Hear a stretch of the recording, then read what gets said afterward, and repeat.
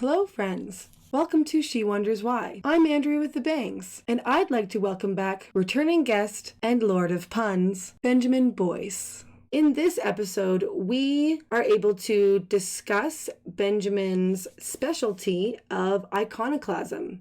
Now, iconoclasm means the smashing of icons, and it can be found in religion, but it can also be political and it can also be cultural, and it is all over narratives. So I've been looking to understand meaning and the meaning we derive from narrative.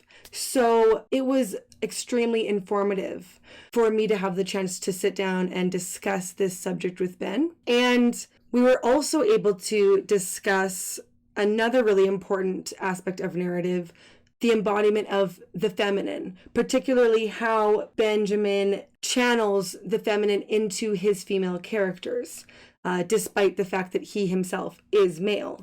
So they're pretty deep topics this time, guys, but it was so rewarding.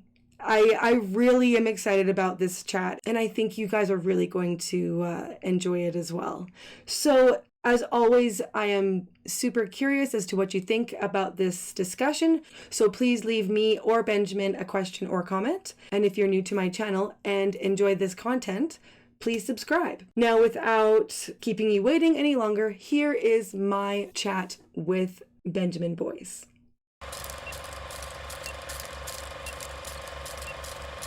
Hello, sir. Here we are. Hello, lady. We can... Yes, madame. I don't know the right comeback. You know, sir. I say sir all the time on Twitter, and what do you expect in return? For women, no, I don't write madam or madame because I feel like it could be construed in a way that's not my intention. So I just say nothing for women. So. Okay, well, what am I supposed to say for women then? Well, specifically the woman that is you. When you address me as sir, is it like dude? It's just your like dude. You just refuse to get like MS, like Ms. Bangs is fine. Oh, okay. Okay, interesting. Ms. Okay. Bangs. But how do you pronounce that? Ms. with a Z. Not with an X. You're not like one of those people. No, I don't need the X. It's not my brand. Some people like it. Yeah, it's very branded. I'll tell you that much. Yeah. So, Ben Kenobi, how are you? Good. How are you doing? Good. I didn't give you a heads up at all about what we're talking about, and I don't think I've ever done that where I've not told the person what we're talking about. But I was getting the feeling from you that sometimes you like to just go in. I wanted to talk about your degree. So I know, okay, I know that you know what it's called, but I don't remember what it's called, but I know it has to do with the breaking of icons. Iconoclasm. So I don't think I pronounced it. It was iconoclasm, iconoclast. Okay, it's iconoclasm, not iconoclast. I guess you can say it either way. But that's the act of breaking icons. So I have an image of like a baby Jesus and Mary icon that's just being like smashed. Like that's the mental image I get. But can you explain what that is? Okay. Well, I think it's best understood as a process that is involved in what it is to make and consume images. And when you make an image, it has a certain amount of value. And that value can be thought of in all these different ways. But like one way that you think about it is that this image serves a purpose, right? And the purpose might be for decoration. It might be for, let's say, a sign, like so for information to convey a point. Or there's somewhere in between there, between decoration and conveying a point where you get this kind of this symbolic representation in the world that people relate to in a sacred way, or or in an emotional way, or in a group way. Like these images become so powerful that people dance around them, like literally, and they think about them, and that becomes a part of their way of looking at the world. These images become so embedded in their language and in their discourse and in their story that they have an inherent value. And that value can actually start making people do really weird things in relationship to these images. Like they can say that if you touch this image, we will kill you, or if you paint this image, you will get a fine, or if you destroy or otherwise. If you don't respect this image, like the image in and of itself has power. People treat it like the idol, as if it has a distinct power that's even higher than the power of the human that believes in it. That belief detaches from an act of giving into some sort of higher level of prominence over somebody's entire worldview or the way that they relate to each other and the world. Anyways, then you have people coming up and defying that value in some way. That's where the breaking of that relationship of sovereignty that the image has over people, or perceived sovereignty that the image has over people. So you can think of it in terms of like a political meaning, like where you take the dictator and Saddam Hussein. When Iraq fell, they took that statue and there was images of it smashing, and that had a big symbolic value in the way that the Berlin Wall fell down. Yeah. Now, the Berlin Wall is a structure that had a physical as well as a cultural significance. Even though it was a wall, it had so much cultural value packed into it. In the relationship of communism to capitalism, the East to the West, all these huge divides that had been governing the way that humanity had been relating to itself economically, physically, and mentally, and emotionally, psychologically, with the whole Cold War, all that stuff.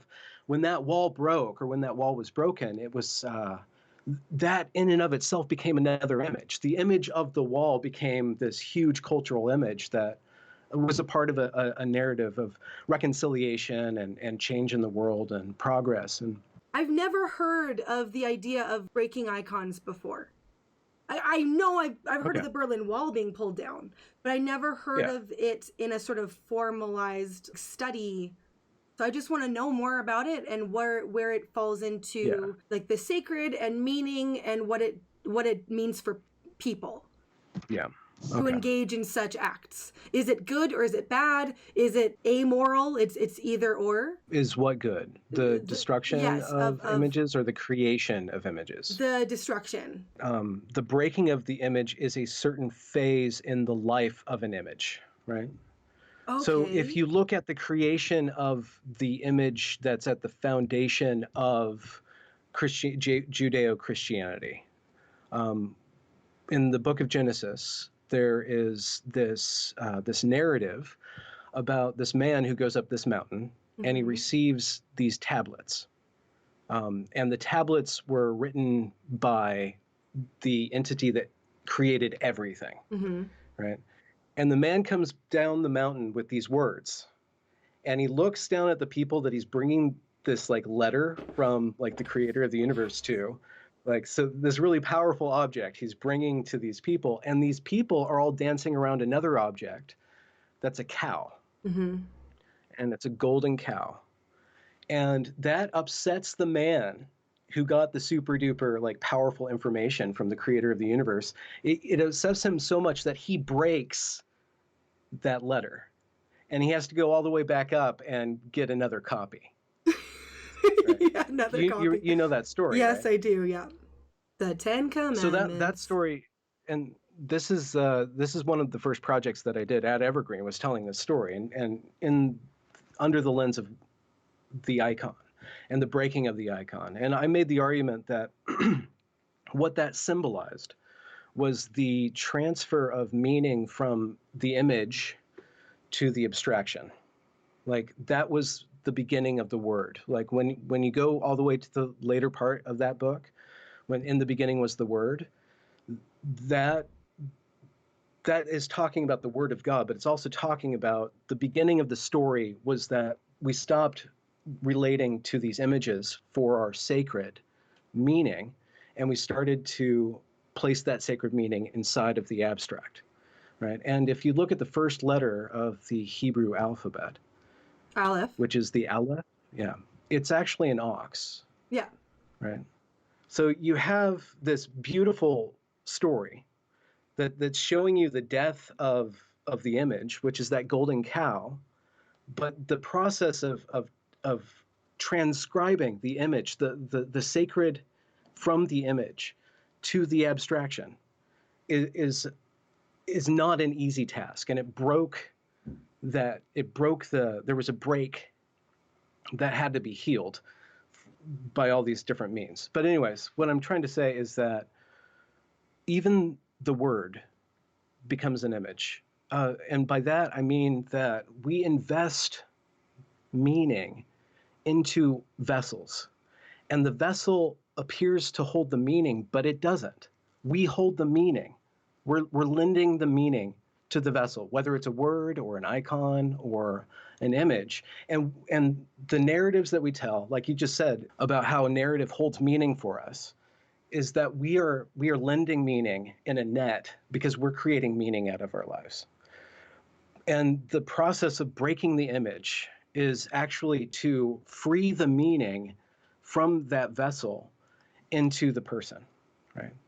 And you even have that image, if I recall correctly, when the Son of God comes to the world and he says that the old wineskins need to be thrown away because we have new wine. So that constant state of reclaiming what we've put into the world is, and then we can't just hold that power. We have to put it back into an image, and we have to recreate a new image, just in order for us to participate in meaning, right? So and then it becomes stable, and then we have to break it down again. So the breaking of images is a process of renewing those images, and that in and of itself represents some sort of property of being a conscious being, is to build those structures. And my degree was about what does narrative do in terms of creating, transmitting meaning, and the process of making meaning. Now, this could just be me, but I know in the West we kind of have a more linear understanding of time, and I know in the East it's more cyclical, and birth and destruction are a very cyclical thing. But even my question earlier, looking at the destruction of icons as negative, like that's my first feeling. Why do I have that? Well, that's interesting. It's actually, I think it's smart to be very wary of breaking images because you don't really know what they're there for. Let's say, like, when the West let go of its imagistic thinking, and it was the same thing that when the Enlightenment happened, we transferred our meaning-making capacity from a story into a way of being, a way of conceiving the world that was detached from story. It was purged of the image that had was messy. All that image stuff, all that religion stuff, it's very messy. All those symbols, it's very messy, and it can be taken in all these wrong ways. Actually, there's more ways of abusing that, seemingly, than there is of like using that. But if you think that way, and this is really well played out in Nietzsche and his story, when you start to, like he was saying, that we killed God, we killed this meaning-making structure, and now we have to be the gods. We've taken away from the structure, from our tradition, from our history. We've broken those images. So where are we now? Those things worked. Religion worked, not in the way that we perceived of it working when we said it was nonsense. But we needed to do that. We needed to say we couldn't live in superstition. We need to be really honest with the value of things, because we want to relate to the world in a way that's true, and it's real, and it's honest, and it's not make-believe. It's very verifiable, right? It's very empirically sound. And insofar as we do that, we're able to actually mess with the world. But when you start messing with like the material world, right, and you make all these different, gizmos and doodads and processes and industry and all these different things that you need to really have purged of superstition in order for the building not to fall. You can't just trust God. You have to trust the math, and you have to know the math, right? In order to pull off, a supply chain, or in order to pull off, the process of getting oil out of the world and turning it into glasses, you have to completely purge yourself of fancy symbolic thinking. Like the symbolism of that world is it's very rational, it's very clean, and insofar as it's it's testable in the real world of whether or not those things work. Right, whether glasses or work is a true or false statement. Whether the bomb blows up five miles from here or 5 feet from here, and all the trajectory, all that math, it's very, very, very verifiable. But when you start to mess around people's heads, when you start to mess around with culture, you actually have to wait for the reality to play itself out. Right, when you start to run an experiment with how people relate to one another, you have to wait a couple generations to see how are people playing out those ideas. And so when this is a really long way of pretending that I know what's going on in you. I don't really know why you have a Oh negative no, feeling, but I can say it's a smart thing to do, because the symbols that you gain as a Christian, let's say, insofar as those symbols hold value to you, hold value to the way that you relate to the world, to other people, to yourself, and to your family, and to God, like by meaning the whole story. So it's really smart if it's providing you a really nice life. It's really smart to question why you would want to mess around with those things, right? okay. Okay, how do you know when to mess around with those things? Well, you start small, right? If you want to start experimenting, you have to experiment with yourself. You kind of have to be the mad scientist. You have to invest your belief into your own creations, right? And see how that plays out in your life. If you say, okay, I don't want to be a Christian anymore, but then after a while you're like, well, I still need something. I need to have some sort of story. There was a story there, and I said I didn't want that story anymore. So now there's what's going to go in that place. And whether or not you like it, there's an argument that says that you're going to put something in the place of a religion. You're always going to have that grand narrative. You can't do all the calculations of having a meaningful life without that in the background, some sort of perspective on the world. And if you say that you don't have one, you'll just subconsciously build one. You'll build one up. You'll in order to look on the present, you're going to need to relate to a future and to a past and to a here and to there and to everywhere. Everywhere and everything are going to just haunt you, and something's going to fill in that gap. And if you want to, let's say, be very rational about it, you can construct a rational argument of why you can or cannot know those things. But everybody pretends that they know. Like even the people who say that you can't know what God is, or you can't know everything, they act like they know everything. They still act that way whether or not they know that way. Or insofar as you act that way, you actually get a lot done. Insofar as you pretend that you know what's going on, in the large sense, it can fuel your position so that you can get things done, or you can make other people do other things for you, right? So that narrative has a lot of power. Okay, so let me do something weird. So that narrative that informs you gives you the ground to stand on in every given moment. And people can be really humble, and I think you need to be really humble to say, I don't really know. I don't really know what happens when I die. I don't really know where I came from. I don't know where everything begins and ends, and I don't need to know. It doesn't matter to me. But you're going to have something in the present that's going to matter to you then, like justice or beauty or charity or health or some sort of good, some sort of value. that you want to fulfill with your life. You say, I don't know why my life has meaning, but it does, and I'm going to make it meaningful in the world, right? And you can be really humble about that. But I think that what's kind of happening is that instead of having a belief structure, you have a operating system. You're like, this is how I'm going to act, whether or not I believe anything. The results are I make people happy. I accomplished something really awesome. I built something from the ground up, or I did something in the world. I had a family. I had children.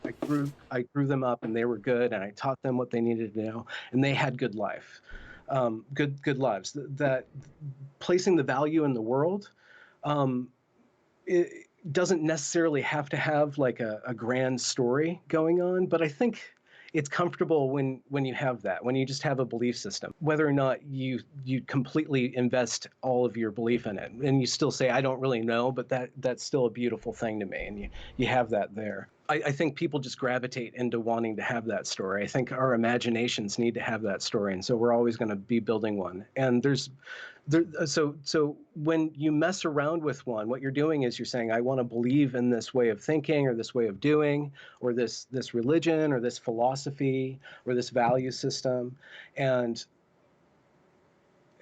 then you see what happens in your life, and you're like, oh, I'm happier, or I'm sadder. Like you're like, if you're not happy with the story that you're in, you just try out another story. Or you can start breaking the story. You can start messing with it, but letting it go, throwing it away is another form of breaking from that story, right? You saying about the idea of the family, aren't those the original narratives?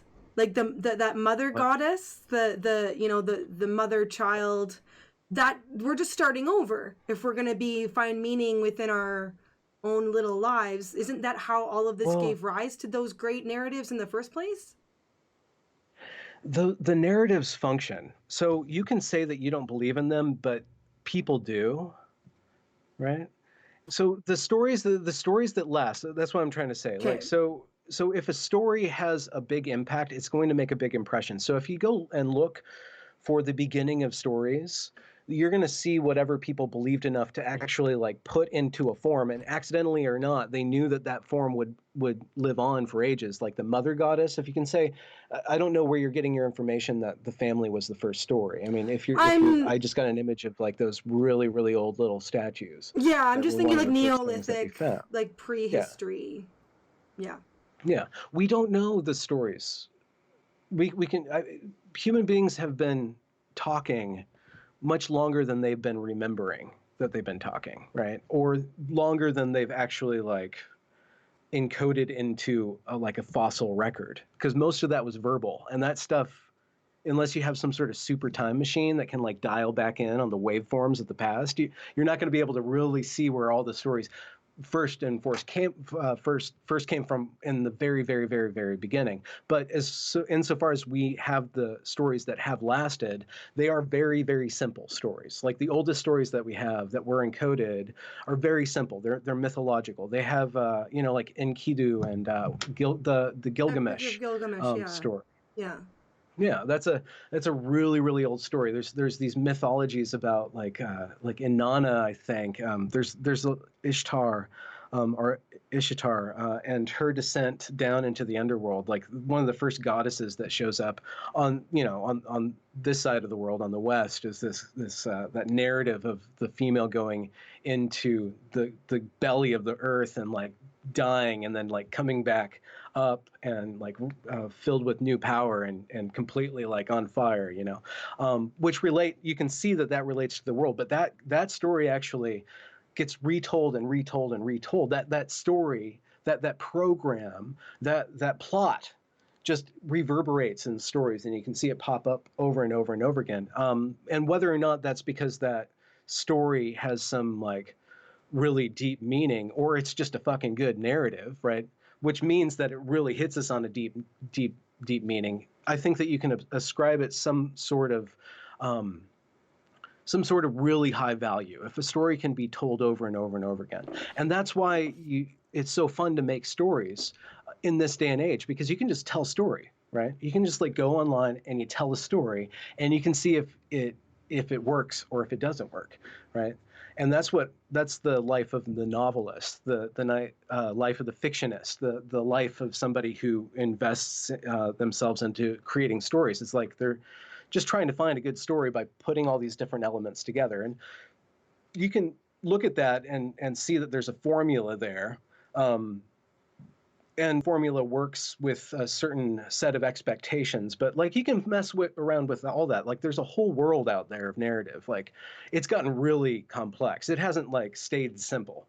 It's perpetuated over and over and over again. We have a whole lot of it, and we keep on creating more. It's a very potent activity that's gobbles up all these different narratives and spits them back out. We're always playing with the story. So when you get to the time in the world of the current history of the human race where we have all this technology, we're not bound by the stories that are ages and ages and ages old and passed down from one person to another person to another person.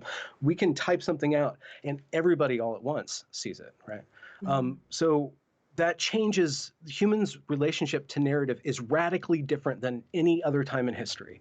And because it's so active and because it's so interactive and because we're actually encoding our lives now through all this technology, we're laying it all out like in pictures and videos and words and our thoughts, and we're feeding our personalities into this huge data bank. We don't know what's going to happen with it. I'm sure somebody's going to invent some fancy little algorithm that goes through the internet and resurrects everybody in the future, just out of our mimetic, code that we all imprint in there. I'm just saying that the narratives, it seems like that's really difficult actually to make a kind of a moral story about that. It's really difficult to grow up in that age. It's really difficult for a teenager to become a teenager or become a self that has a story in a world that's filled with all these stories. Like it's really difficult. It can be difficult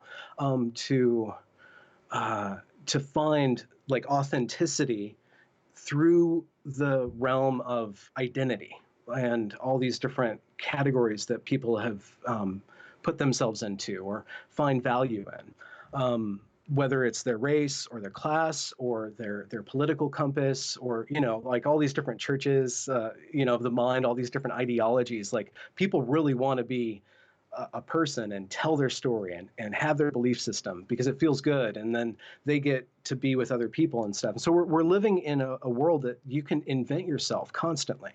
And when you toy around with that, you really have to really pay attention to people who are having a really hard time in that world of infinite variation because they lose themselves in that, or they are incapable of creating a value structure of any sort that allows them to be stable and allows them to have happiness and be productive. And by productive, I mean specifically to engage with the world in a way that expands you and grows you and makes you stronger or happier or full of life and full of meeting your potential, right? Yeah. That leads me to wonder, what are the wrong ways of breaking down these icons? So you were kind of describing how it's difficult for teenagers like to sort of find their way. So you're kind of already going in that direction. So that's kind of what I'm getting, that maybe they're not doing it in the right way, or their sources aren't doing it in the right way, or along those lines. Lurking in the shadows of the human psyche is the cultist. Everyone, whether or not you believe or in belief or not, like inside of you is something that really wants to believe really strongly. And you actually have to fight against being a fundamentalist and fight against, for some people, for some personalities, you can't get away from that, or you have to be on the lookout of that constantly, because whether like this is a trope, and I don't mean to offend any atheists out there, but there's an impression that I get from atheist communities that they know everything, and I think it's absolutely ridiculous. I'm just going to speak about particular moment where I went on Reddit and I was just reading comments and I lost where I was in Reddit. There's all these different subreddits, and I found myself, I'm like, where am I? This is like the most fundamentalist, like diehard, convicted, religious theists. Like they were just fanatical in their belief in their own agency and their own understanding about everything. I'm like, oh, you're atheist. Like the trope of like the religious fundamentalist has escaped from like religion and gone into what it calls itself anti-religion, because there's a personality trait in us to act that way. Everybody has that desire, because stories have a very big pull on us. How's it doing then wrong? That's such a hard question to answer, because I would have to hear the story being told. You look at behavior, but you have to see an individual as an individual. So Right. This is the problem. If you start to study like a social movement that is exhibiting, antisocial behaviors, right? Such as, let's just say, Evergreen. Like that was a society, that was a social framework that produced antisocial behavior. And what is that? And you can see that it's groupthink gone wrong. Like they all believed in a structure that didn't work out, but they all believed in it differently together as one, right? Like, so to pinpoint where each individual person went wrong is difficult, because you'd have to like explain how you just have to look at their story and see how they got swept up into that, and their responsibility, or how they slipped in. So the ways to go wrong is really complex, because like I said, like with like something like communism, like this big structure, it's still like people still haven't learned, but it's been playing out for what, 200 years now, that story. Marxism, I guess 150 years or something like that. And you can see that, like, whoa, look at what happens when you act that way. Look at what happens when you act that way. But it took a long time. So when an individual goes through that same process, it actually doesn't happen overnight. One person doesn't just like become a fanatic. Like, and not all together. Like at Evergreen, you have this mass madness, which is so fascinating, but impossible to actually pinpoint every individual person's arc. But you can see it, how they did it to themselves with all the footage, right? So you just get this really small piece of everybody acting like that, stronger and stronger and stronger and stronger and stronger. But it's not an accurate depiction of that, of how they went wrong. You would really have to look. So it's hard to answer that question, because I don't know what level we're talking about. Okay, well, when Nietzsche says, gotta have a proper pronunciations here. When he says, like, God is dead and you've killed him, that evokes that sort of, breaking of the icons. And when Moses, through the 10 Commandments, broke those, that was also a thing. But there was you gave a more positive perspective on the Moses side, and a freeing of the idea from the object. But then you go over to Nietzsche, and he's like, this is, what have you done? This can go badly. So how do we know which is the good or the problematic? Well, you look at the products. You look at, okay, so that's what you say. Like, well, what is a groupthink that produces social behavior? Like, let's look at instances where groups acted together for the benefit of the entire group. Okay. And they all got along. And they even loved each other. They even, not even that. They just had a good time, or they didn't have a totally bad time. You see how, all these different things played out. But the thing is, like, a historical disaster happens, or something happens to the outside of it to really test that community. So what happened, which is fascinating about telling the Evergreen story, or even thinking about the Evergreen story, was that the outside world really put a lot of pressure on the inside of that institution. So the institution was caught in a bubble. It had been brewing like this slime mold in the freaking forest, like disconnected from from everything around it and just getting money and individuals from all over the place and going through this thing. And then it adopted a belief system, and then it started enforcing that belief system. And then this political pressure came on, and like there was this mass panic when Trump got elected that it just like cooked the whole thing, and it went into critical mass. Like that was a very unique experiment. Like you don't want to replicate that on the level of an entire culture. Or if you want to see what happens when you enact it on the level of an entire culture, you just go back in history, because it happened.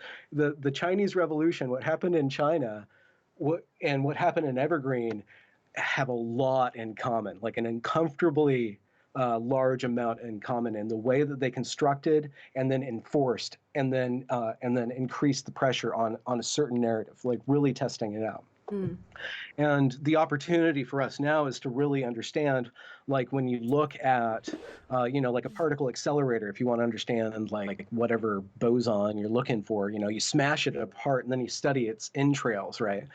That's what we have, is to kind of study that and to try to learn from that, and to be really careful what we project into that, because it doesn't, to make sense out of that, you're not going to look at an objective. There's no objective way to evaluate that. There's so much morality in there that you have to really tread into telling that story in a narrative frame of mind, of talking about individual people acting out. Like this wasn't a boson. This was a number of individual people who were a wide range of ages, and like every level you slice that story, it becomes impossibly complex. So you can't go all the way. You just kind of have to say, okay, they believe this, and then they started doing this with this belief. You kind of have to abstract it. And then this is what the kids did, and then this is what happened afterwards. Like you just tell the whole story, right? Yeah. How do you tell a whole story when it's all individuals put together? Tell a whole story. You can't. You have to let it go. You can't. You just have to say, okay, you're going to have to reduce this into a soundbite. And so I'm going to make an argument. So you have to make an argument. Say, okay, this is what this means. Take it or leave it. Or this is what happened. Take it or leave it, and design your own story. So a part of my documentary that I hope when I'm finally done with it and I go through and I really clean it up, and I do like that final draft, I hope to, the primary level of the documentary is just to show what happened. And then I have all my research that'll be all tacked to it. So a researcher, somebody who's sufficiently interested, can go through and find the data itself. I've done some narrative things to make arguments. I have put arguments in there, which I hope I've done in such a way that you can really easily cast those aside and just see what happens. Like, I want the stuff in front. But at the same time, I've done a little playing, because it's fun to make videos and to tell a story, and to like engage the audience and like to confront them with things. All those editing decisions that I'm making, they make a statement.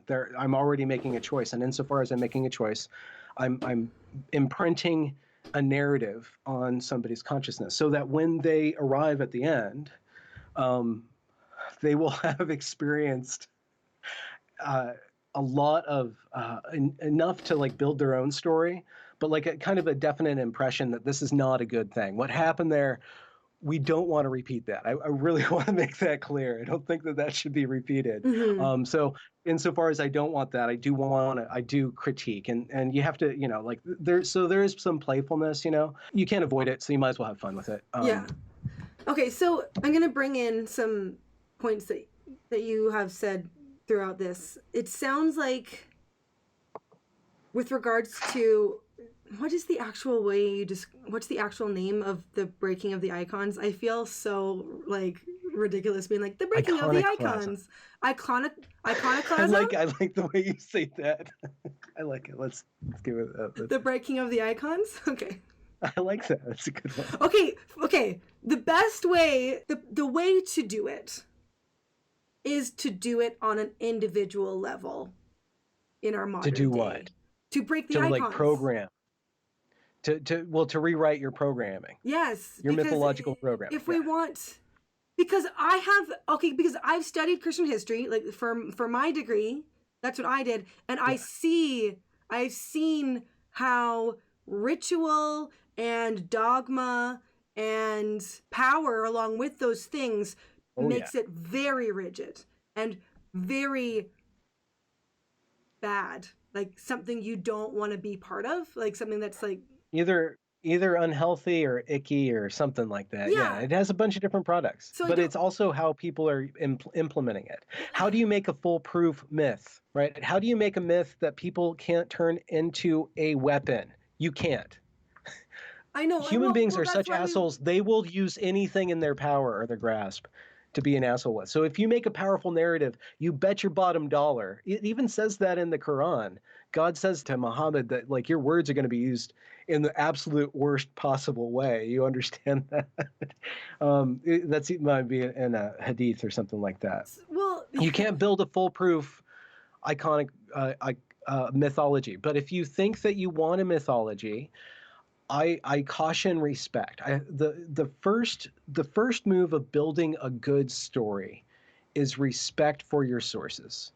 And insofar as you respect your sources, you allow yourself to love that, right? You find what you love in life. You build it on something that you will continually believe in, right? You want it to be something that will last, right? And so I think that the foundation of anything should be commitment, devotion, and love. Like if you follow what you love, even if you're disappointed, you'll find the strength to recreate and to follow through on your belief. And if you need to revise your belief, love will lead you along the way. What you love, let's just say that, like that impulse of, you know, love, just like, yes, awesome, or like that. So if you want to build a good story, you start with that. One of the things that we can say moralistically that I'm going to venture out and stop being like Mr. Objective and just have an opinion. please. Evergreen story is not built on love. It's built on the worst fucking moral foundation in the world. It's built on hatred. I can't believe they did it, but they did it. They built something out of hatred. So ultimately, that's the story. It's like, okay, when you want to go, like, okay, it was love in name, right? They want to go and do good works, right? But the way that they related to the value of good was to base it on the bad. They became anti-racists, right? They became anti-oppressionists, right? They made a principal error in their belief system, in their value system, was to cast it all in the light of being better than the world, of knowing what's right for the world, of enforcing the good on the world, of literally policing the good into the world. And the faculty did that first. The faculty ganged up on other faculty before the students did. It's like And, that the devouring mother kind of, I know what's best and I'm gonna make you do the thing. That's what it looks like to me. Is it not? I do think that there's you have to be really careful when you enter into the I want okay for like I'm sorry to do this, but disclaimer, I use the female and the male icons with respect. I use them because they're very valuable icons for me. And I know that they're not valuable for everybody, but like they're very powerful for me because I respect them a lot, because they have a lot of value. Like they actually are what I believe human life is built out of, male and female. Like this is the fundamental mode of creation of the human race, is the interaction between male and females. Like this stuff is like the deepest thing in to me, like of understanding the world, is to understanding that.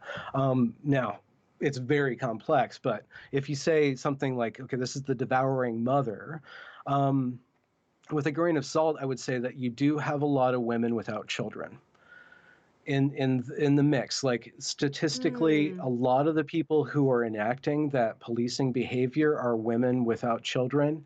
They infantilized a race. They said black people, they were super disrespectful, and they said that these people are always traumatized, and that they need to be believed, and that they need to be centered because they are so frail and they're so vulnerable, and we are going to, they did, there was a lot of emotion of trying to succor.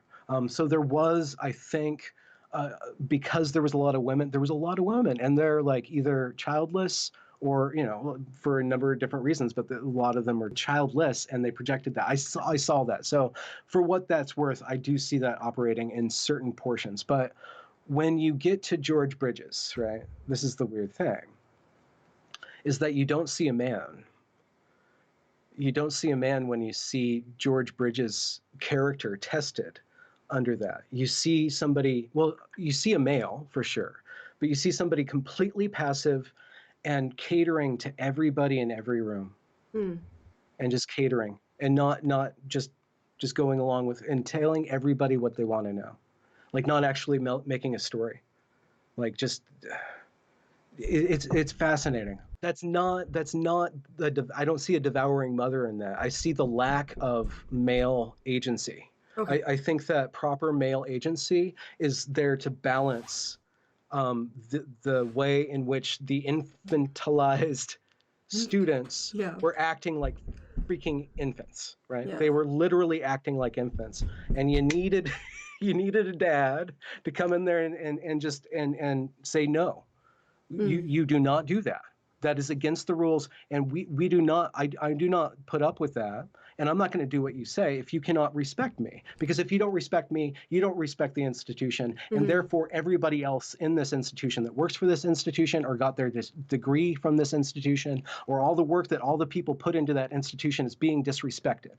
And you are not allowed to do that. You are not allowed to make this be what evergreen means in the world.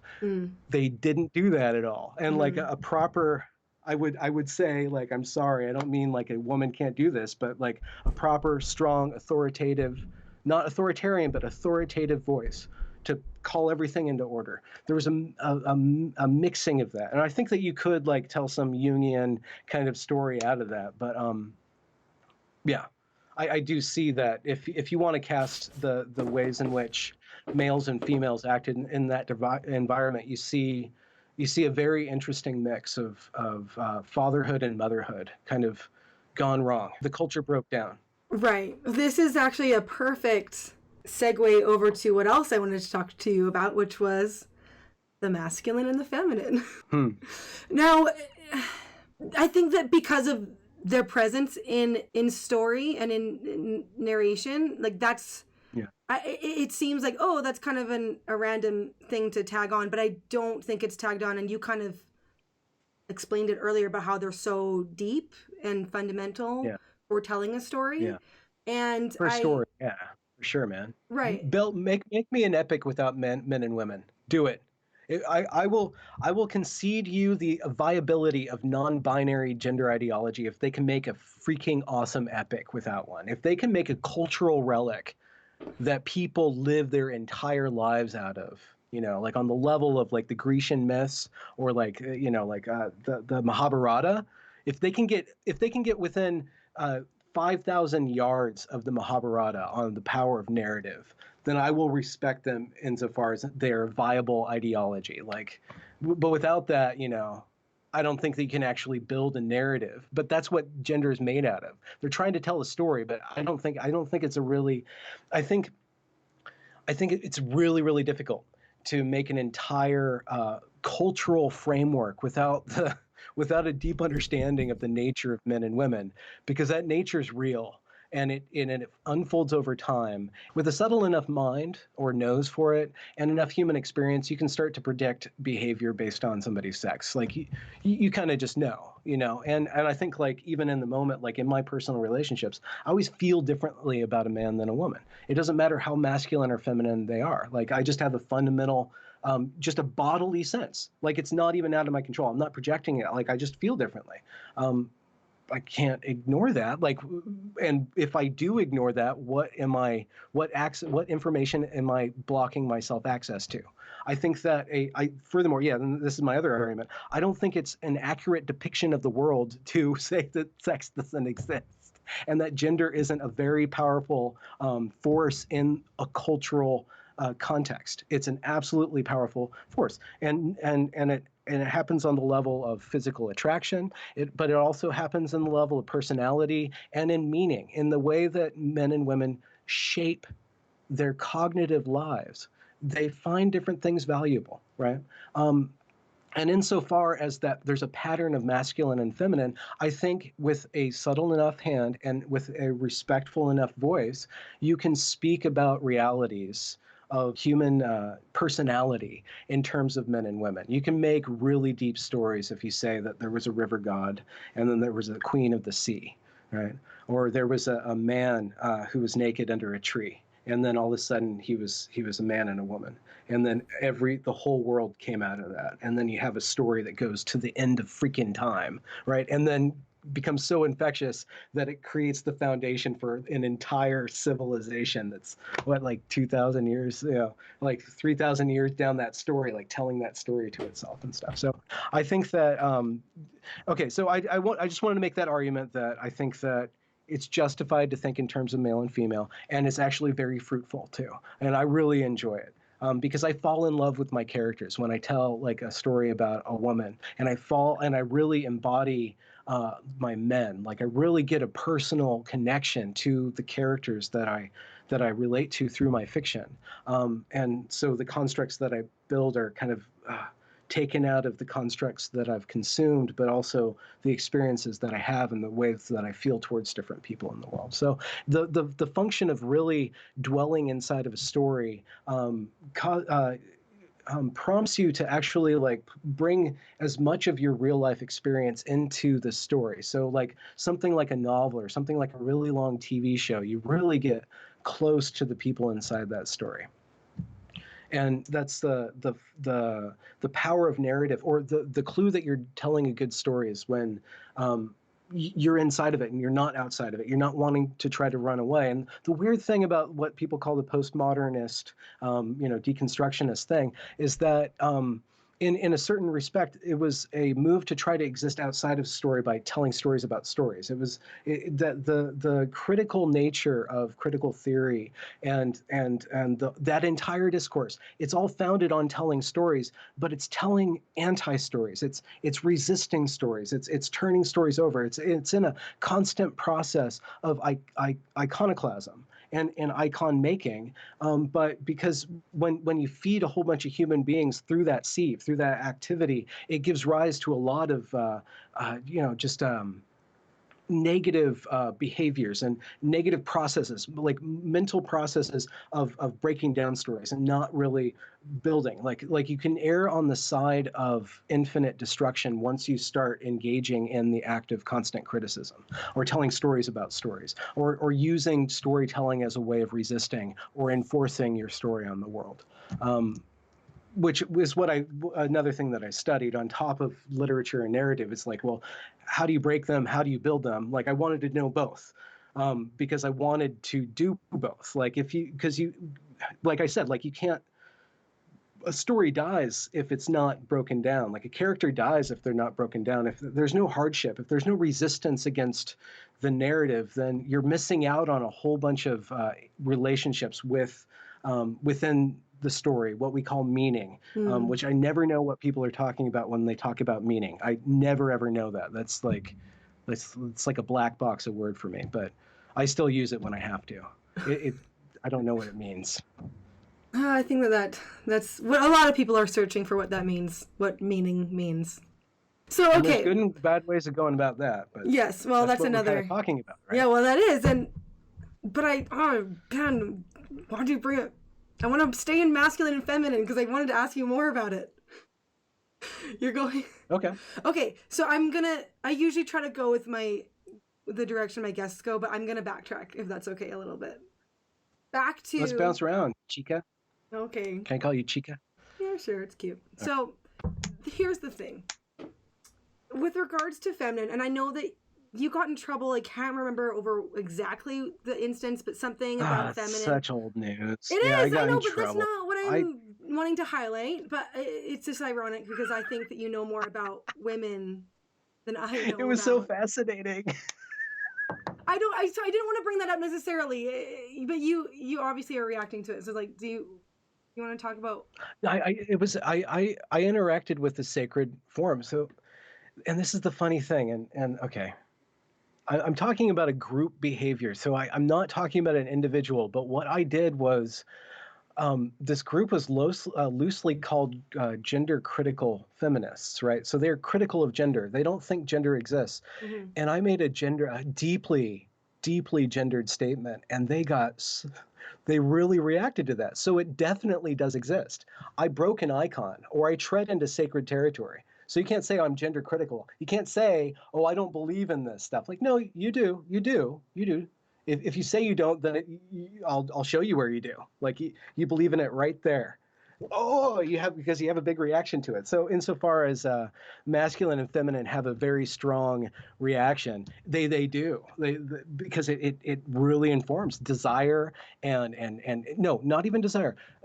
Your relationship to your father, your relationship to your mother, your relationship to males and females throughout your life has built your understanding of the world. And insofar as you've been abused by a certain sex, systematically or very deeply in your very beginning, you're going to hold, you're going to have very strong feelings against that group or against that or for or against that. But I think you're always going to have statement? Is that what you were talking about?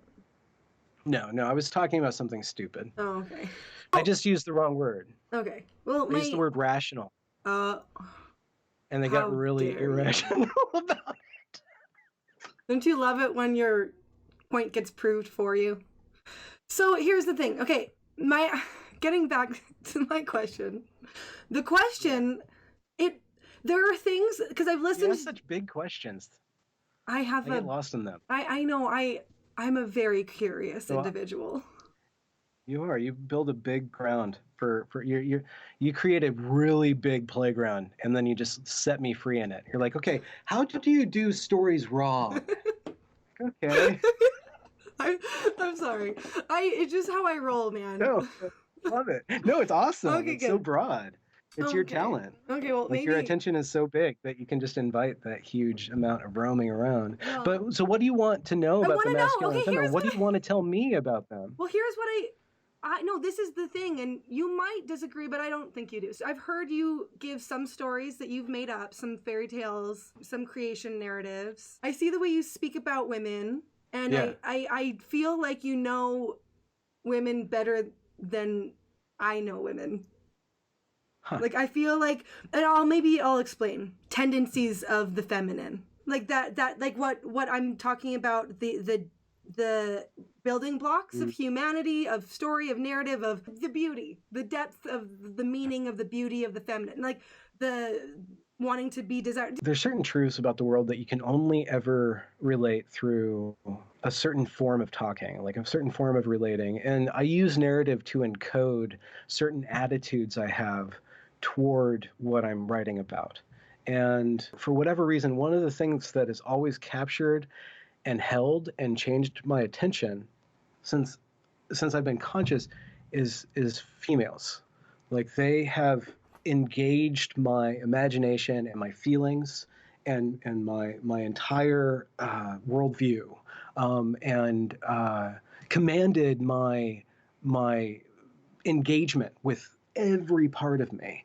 And I've passed through like major like milestones of my understanding of what it is to be human through my relationship with females, but also with males too, being one and living in the world. And so I do think that I explain male desire too, and I don't know if a man would agree with me, but I've had input that men like say, okay, yeah, you really captured what it is to be in that state. So when I talk about something like desire, like the way a woman would be desired, it's not because I understand it. It's because I feel my way through that. I grope through a story by projecting through a female character what it would be like to go through that. And that's based on my paying attention to females, but also in recreating that in myself by means of my feelings and by means of my empathy invested into that character. So I have a number of characters that I've been carrying with me for ages now, like half my life. Like I have this toolkit of characters that I built a substantial mythology out of, and they're broken down into very like there's 3 women. Well, I guess 4. Okay, there's a number of different women, but they're all kind of different. But like there's some really deep female icons. So when I went through and I decided to rewrite rewrite the Bible from the beginning, and I started in Genesis because I really wanted to write the end of time. So I needed a beginning of time, or else the end doesn't mean anything. So I had to start all the way. I had to start over. Like when I discovered what I wanted to tell, I had to start all the way at the beginning, and it took me a long time. So I had to go backwards and forwards. Anyways, I came down to like these very basic female characters, and one of them is this little girl, and there's a daughter of Adam and Eve, and there's this woman that lives in the sea, and she's called the death of men, and she consumes men. She met so many people. She just keeps on. A lot of people die. Like she captures a lot of men. She's really good at that, and like they sing songs about her, and it's really difficult to escape. So she's in every story.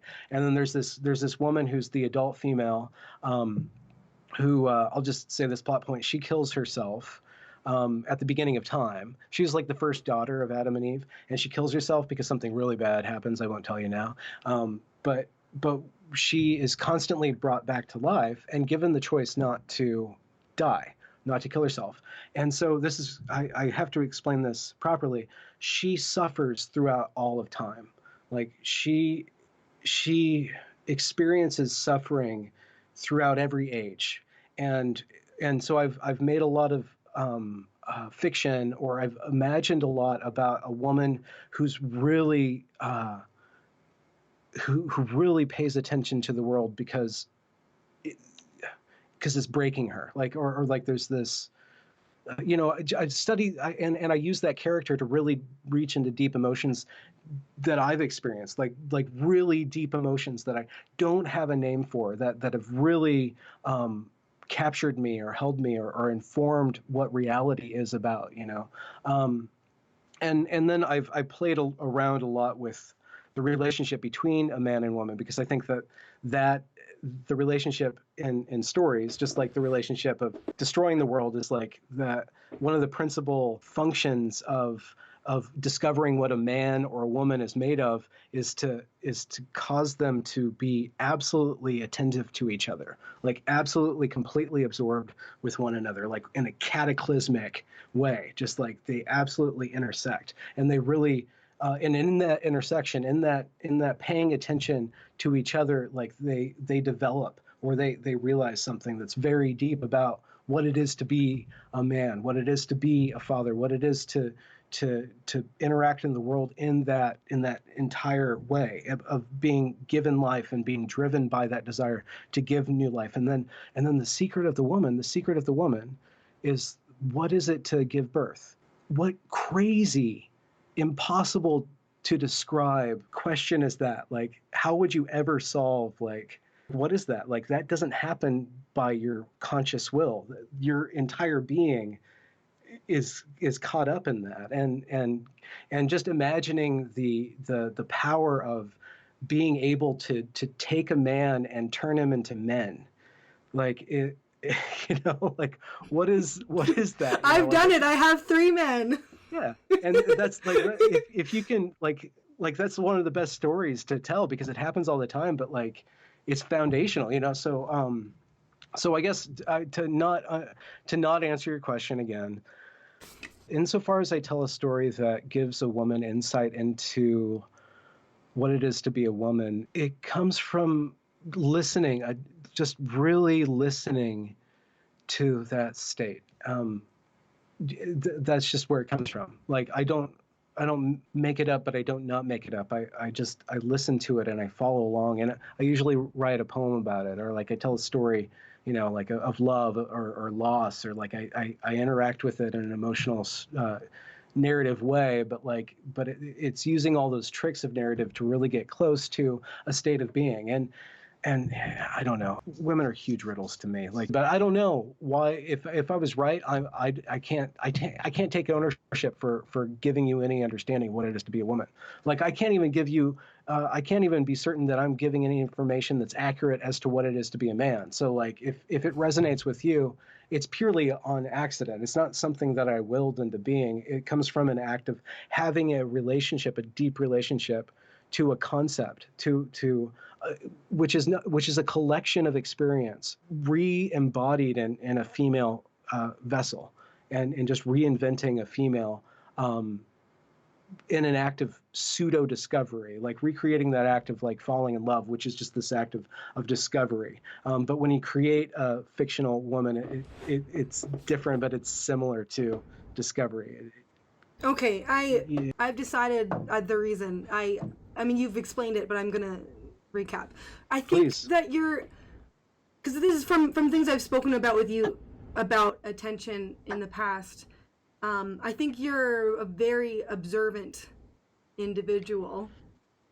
I think you observe and you place people and ideas and concepts together because you're using them for your art, for your stories that you're writing. So you have to know something about the world. I practiced on all that fiction as practice for, like I practiced on that, but yeah, interesting. I could be wrong, but I mean, I don't think I am. The way that you relay the experience of man and woman, and I'm not paying attention to your description of the masculine because that's not what I'm concerned. You got enough of it.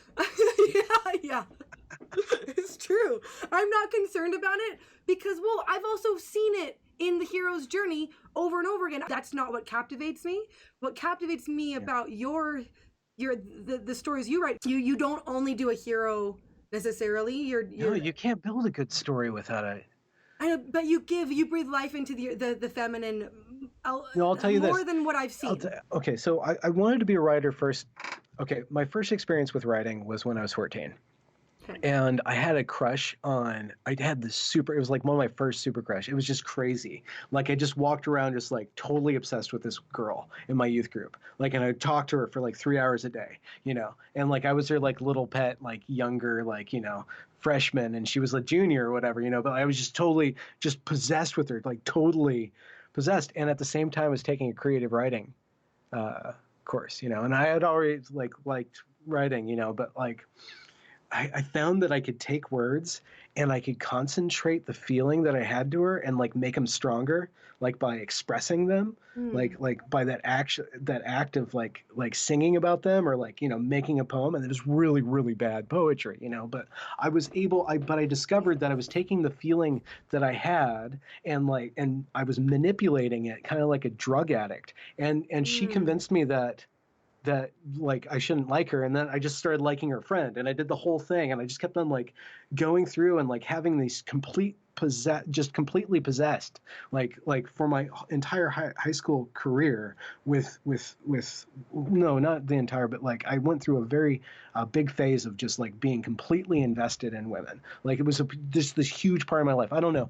I think that I'm sure that girls go through a part of their life, of their development, where they're boy crazy. I'm sure that it's just like kind of a biological thing. We're just like, I was really romantic, right? I really existed in that level. Okay. And okay, so, but eventually I kind of started getting over myself. I kind of realized that I wasn't actually creating anything. I was just expressing something, hoping that expression would have an effect in the world, right? I was just trying to use my art to replicate. First, I was using the art to play around with my emotions, but then I realized that in order for it to be really valuable, it would have to actually interact with other people's emotions. Like it actually had to serve other people. Like, so I could write you a letter, but like if it didn't do anything for you, then why the fuck did I write you a letter? So I really, had to understand what a woman wants in order to write her a letter that she would really, really read, like totally just like completely read. And like I have like an embarrassing amount. Some of them get pretty good. Like I stopped and like I had like 2 major love affairs that happened through writing, and one, I haven't read them all, but like there's a box of letters, like, and it really captures a certain phase of my development as a writer. But I was really coming into really grappling, and there was a lot more than just my feelings for the woman in there. It was me like really wrestling with like, who am I, and what is life? And I was really struggling with depression. Like I was breaking down constantly. I was like finding myself in showers crying. Like I was just like really filled with anger and emotion and depression, like, and so all that stuff, like I had a very emotional life until I stopped feeling things.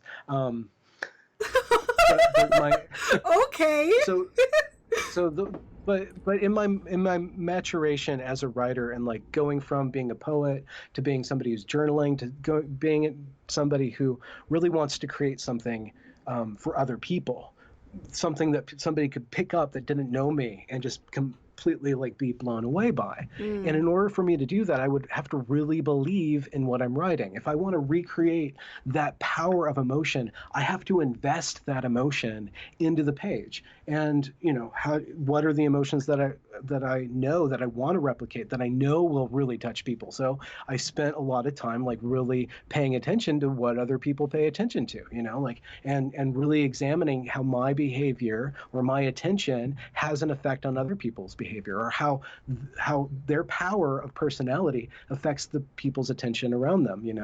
And if I want to create something new, I really have to understand what's already done and like really pay heed to it and play around with that stuff. And so I took and I think that I just have a hard time paying attention to one thing at the same time. So I started playing around with a lot of different genres. I did science fiction, I did horror, I did fantasy, I did myth. I just went in all these different directions. But so I was always losing the reader and losing myself unless I was talking about the same thing, just in a different voice, right? And kind of taking the concept of a genre or like a world space, like future, past, like and I told a lot of stories within stories. If you have something happening in 1999, and then the guy in 1999 starts talking about something that happened in the Middle Ages, like you just go into a different scene. But like in order for the attention of people to follow into that other scene, it would have to be built out of a building block that would carry over but be redressed. And therefore, you just have the concept of an actor and actresses going through different, like, just kind of different sets, right?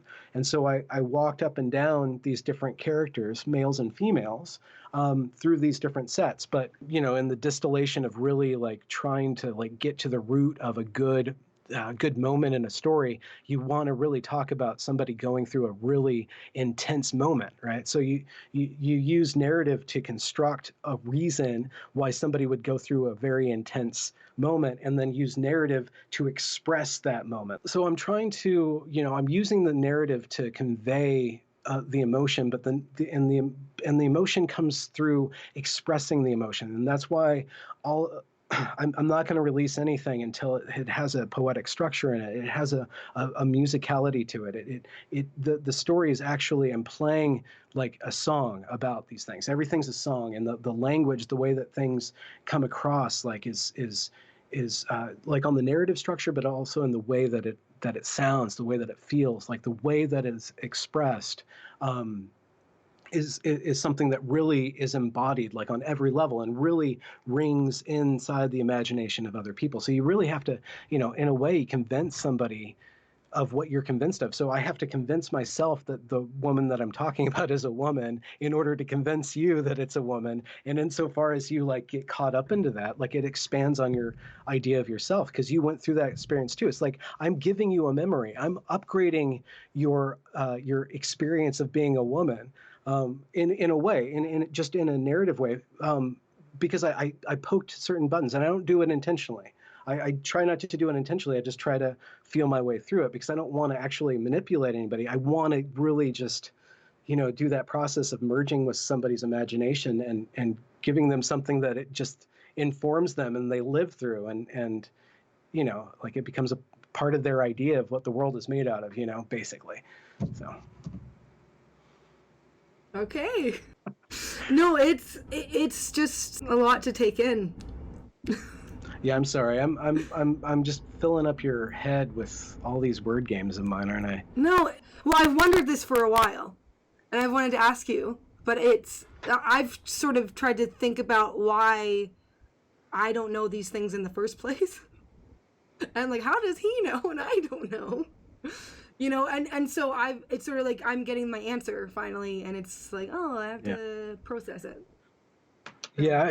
I guess what I'm doing is just I'm processing stuff that I've been thinking about. But it's also pretty unorganized because I haven't been thinking about this stuff for 3 years. Like, I guess I thought a lot about this stuff, but I haven't talked a lot about it. So it's kind of, I'm reprocessing it live, so it's not Yeah, clean. no, and that's one of the reasons why I wanted to talk to you about this, because not just this particular topic of male and female, but about your degree and your knowledge of narrative. I've invested a lot of time into it. Yeah. And it's not that I'm not trying to take away from your evergreen work at all. Like, it's very... Oh, no, I'm glad. Like, I mean, I talked about it just as a reference of a story that we can understand as an example, but I don't want to tell the story again. I know, no, and I've talked to you about evergreen before too. Like, so it's not that it's so I appreciate another... the adventure. Well, good, because I've moved on from the culture wars. Yeah. Not completely, but I've found the idea of narrative and meaning. I find that so much more interesting. And that's why I feel like you're a resource that's untapped. You tapped some parts with your evergreen information, and literally you were a witness, you're a student from there. So I do understand why, but you have another space that is untapped. There's an audience there, so I was thrust into it. And I tried to make the most of it. It's how you were found. It's how and you were and found. I still play with it. But like the real game is a couple layers deep.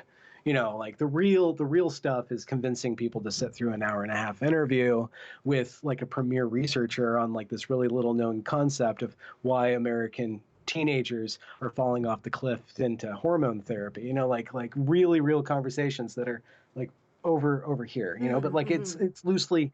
You have to use the culture war to get there because it has to be relevant to the moment, right? The culture war, broadly speaking, is the rowdy noise, right? But like there's so much stuff that you have to kind of like, it's like you're catching fishermen, like you're like, oh, look at the whale down there. And then you grab them and you bring them down to the second level of the iceberg. But I understand that it's just like, if you live up there the whole time, there's no substance up there. It's all emotion. It's all argument. There's people just being nasty and mean to each other. And it's like, I can be nasty and mean, but I don't want to be all the time. I don't even like being nasty and mean some of the time. Well, I want to be clever at least. So I think that's what I wanted to know. I've had a few things. So we participated in a mutual exploration. I appreciate the opportunity. Okay. Thanks, Andrea. Thank you for chatting with me, Benjamin A. Boyce. Did I do it right? That's how you like to be addressed? So well. No, you don't have to. Okay, Ben Kenobi, thanks for chatting with me. Bye. Oh, bye.